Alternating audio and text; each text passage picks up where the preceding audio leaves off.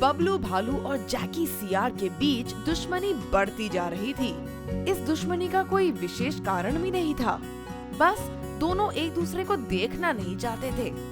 दरअसल हुआ ये था कि एक दिन जैकी ने कामली बतख को पकड़ लिया था। वह सहायता के लिए चिल्लाने लगी। उसी समय बबलू वहाँ से गुजर रहा था। उसने जैकी को भगाकर कामली को बचा लिया। तब से दोनों एक दूसरे से दूर रहने लगे। इसके बदले में जैकी ने भी एक दिन अपने दोस्तों के साथ मिलकर बबलू को पीटने की कोशिश की, लेकिन बबलू वहाँ से भागने में कामयाब हो गया था। उस दिन बबलू जब शहद की तलाश में घूम रहा था तो उसे किसी के रोने की आवाज सुनाई दी। यह आवाज झाड़ियों से आ रही थी। बबलू ने जब झाड़ियों में झांका तो वहाँ जैकी दिखाई दिया। जैकी उन झाड़ियों के नीचे एक गहरे गड्ढे में गिरा हुआ था।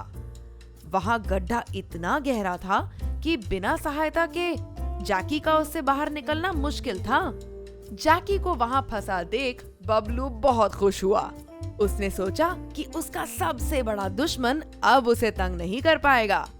वह वहाँ से जाने लगा, लेकिन उसे जैकी की हालत पर दया आ गई। उसे लगा कि जैकी इस गड्ढे में खुद को बहुत दिनों तक नहीं बचा पाएगा। उसने गड्ढे में झांकते हुए पूछा, जैकी, तुम इस गड्ढे के अंदर क्या कर रहे हो? बबलू के बोलने के अंदाज से जैकी समझ गया कि वह उसका मजाक उड़ा रहा है, लेकिन खुद को संभालते हुए उसने कहा, मैं एक छोटे खरगोश को पकड़ने की कोशिश कर रहा था। वह भागकर झाड़ियों में घुस गया। मैं भी उसके पीछे भागा, लेकिन झाड़ियों के बगल में ये गड्ढा था और मैं इसमें गिर गया। कृपया मुझे इससे बाहर निकालो। जैकी से दुश्मनी के बावजूद बबलू ने उसकी सहायता करने की सोची। बबलू ने जैकी से कहा कि वह अभी वापस आएगा। फिर वह नदी की ओर चल पड़ा। उसने देखा लंबू अजगर नदी किनारे धूप सेक रहा था। बबलू ने लंबू से सहायता मांगी। सारी बातें सुनने के बाद लंबू ने हंसते हुए कहा, तुम अपने दुश्मन के लिए दुखी हो रहे हो? यह हंसने का समय नहीं है लंबू, बबलू ने कहा। हमें समय नहीं बर्बाद करना चाहिए। प्लीज मेरे साथ आओ, जैकी को बचाने में मेरी सहायता करो। जब बबलू और लंबू गड्ढे के पास पहुँचे तब जैकी को लगा कि बबलू लंबू को साथ लेकर मुझे मारने आया है। वह गड्ढे के अंदर जमीन पर बैठ गया। बबलू ने लंबू से कहा कि वह गड्ढे के ऊपर की टहनी में खुद को टांग ले और नीचे जैकी से लिपटकर उसे बाहर निकाल ले।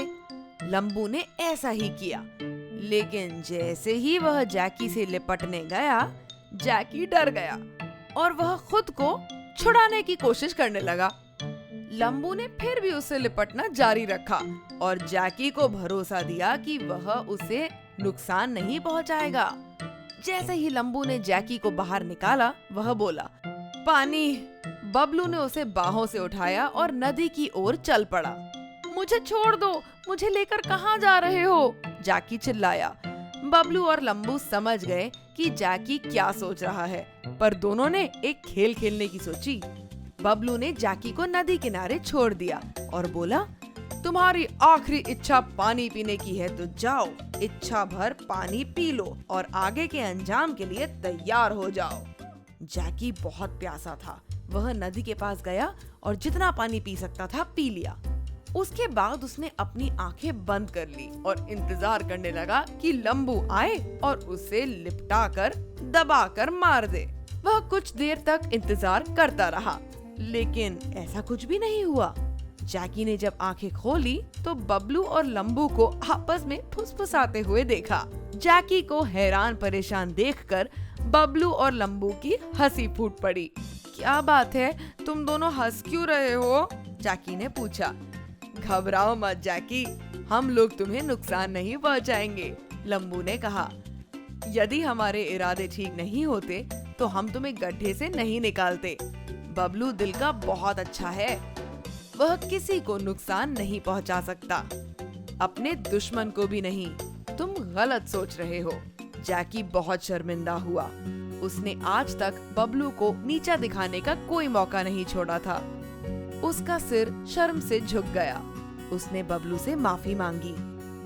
बबलू ने जैकी को गले से लगाते हुए कहा, पुरानी बातों को भूलकर हमें दोस्ती की नई शुरुआत करनी चाहिए। जैकी की आंखें भर आईं। उसके बाद से वह बबलू तथा लंबू जैसे दोस्त के साथ मजे से रहने लगा।